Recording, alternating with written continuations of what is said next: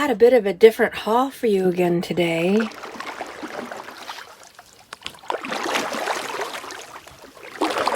Hey, it's Kara. Welcome to Montague at the Lake. I did not go shopping again, technically. I did at one point, but not this time. This time, I have a haul from my own basement, which is sad and pathetic, but kind of cool all at the same time. And I wanted to show you all the cool things I found. And I think because this year I'm cleaning out the basement. I am getting ready to move. And it's gotta go. It's gotta go. So this is the year of making it all happen. Soon. So, but when I was down there, I don't remember exactly what I was looking for, but I found a whole bunch of cool stuff for my junk journal adventure and my craft room. And I wanted to share it with you because as newbies, often we don't know where to get supplies, or we don't want to spend a lot of money on organization and products and new toys and all that stuff. You don't have to. If you have an attic, a basement, a garage, if your friends or family have an attic or a basement or garage, somebody's cleaning out something all the time, and you just don't ever know what you're going to find unless you look. So here we go. I'm going to start with these because I think these are so cool. We're always looking for vintage this and antique that and old-fashioned these. When I bought my house 20 years ago, this Hot Point refrigerator freezer was in it. I think I found something somewhere in here at 1954. So I found these and they're fantastic. They're all stained up. This is all natural, genuine vintage aging because these things are old. How cool is that? It'd be a perfect addition to a vintage cooking journal, or I just don't even know. Favorite recipes. Lots of potential. Faux show. You know, you gotta love the old pictures. Refrigerator, freezer. Oh, so modern. Look at the ice cube tray. Oh, so modern. You gotta love it. Anyway, these I bought quite some time ago for the 4 girls, but there was only 3, and you can't get them different. I needed 4 and they only had 3, so I still have them. So I could keep them and use them in my craft room to organize fussy cuts or something. I think it was Nina Rabina did something recently.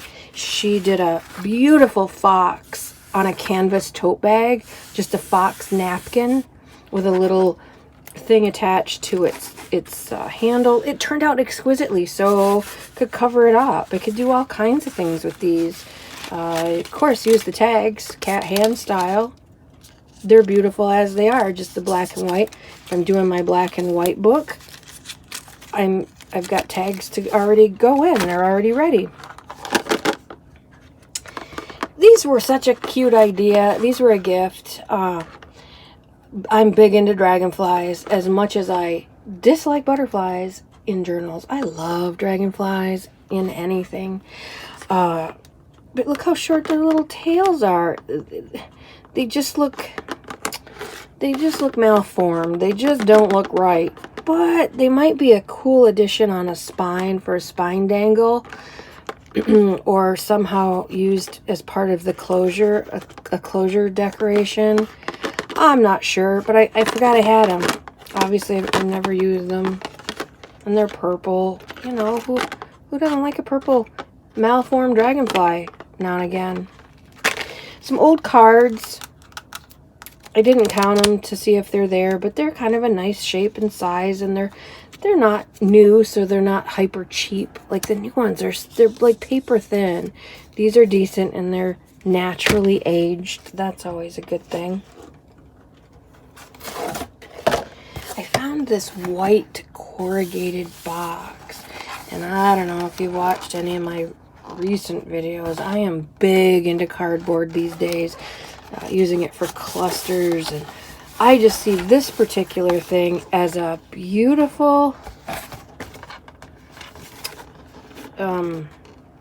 journal cover, although I'd have to trim the pages, and that sounds like work. So I might have to rethink that gig, but I just thought it was beautiful. I've been tearing at it.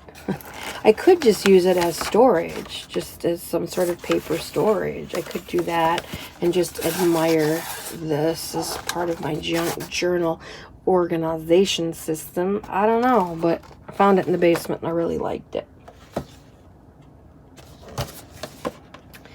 My mom bought a few of these beauty boxes from Meijer, and they're filled with all kinds of sample. They're usually full size products that you can sample, and I think they were like $5. They were super cheap and filled with all kinds of stuff, and each month they were going to be different. I don't know if they still do these, but I thought it would be a great storage box. Of course, I'll have to cover that up a little bit, but the rest of it's kind of cute. I don't know. Every craft room needs more storage, I believe.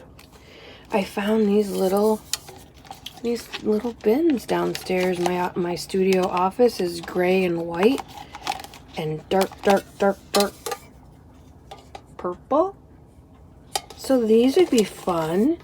I don't know where I would stick them because I'm trying to keep some of the flat surfaces empty so my brain doesn't explode. But again, you can always use more storage, or even if it's just a project by project basis, like the relish trays that I use. I don't know. Seemed like a good idea. That's kind of cool. You always need brush holders or extra marker holders, or could always use that. It's already the right color, so sure, I'll bring it up. Bookends to keep all my books, either the journals that I'm going to make or the books that I'm cutting apart. It would certainly help to have them sitting upright.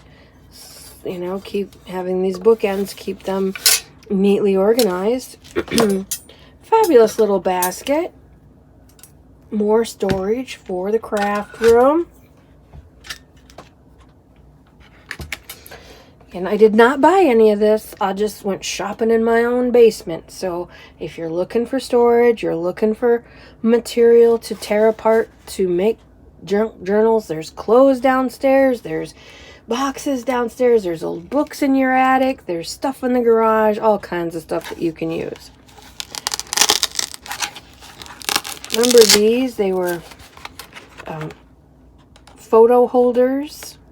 Well, you know, sadly we don't do photos, but this would be great to organize tiny fussy cuts or words or numbers or all kinds of things. I like it because you can kind of see, you know, it's nice and bright and almost, it's not transparent, but you can really see what's down in there. So that's a good idea. Versus this one, I got a purple one too. This one's not as easy to see into. Well, I guess it's not too bad. It's about the same. But again, more places to put stuff so that it keeps organized. Because it's really hard, I think, for me anyway, it's really hard to concentrate on being creative and having fun when everything around me is falling apart into disarray and it looks like a bomb went off. My brain rejects that. So the more organizational help I get, the better. Two more things. This was a gift a million years ago. I've never used it. Picture frame, silver, very pretty. Make a nice little mini master board and put in there. And the last thing is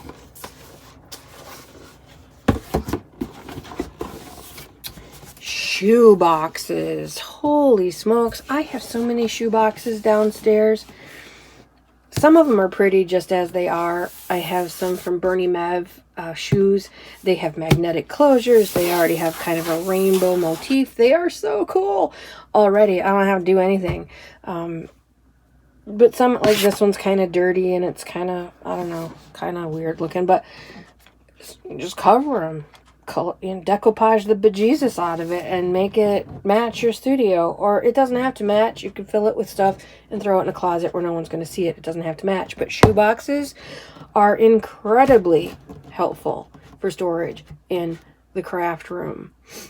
You can cover them with coffee dyed paper, magazine, like use it kind of like a 3-dimensional glue book. You could glue magazine images all over it. You could use the inside of security envelopes that everybody and their brother sends you. Hey, reply in this envelope. When you've been online paying your bills for 20 years, they're still sending you envelopes despite going green, whatever.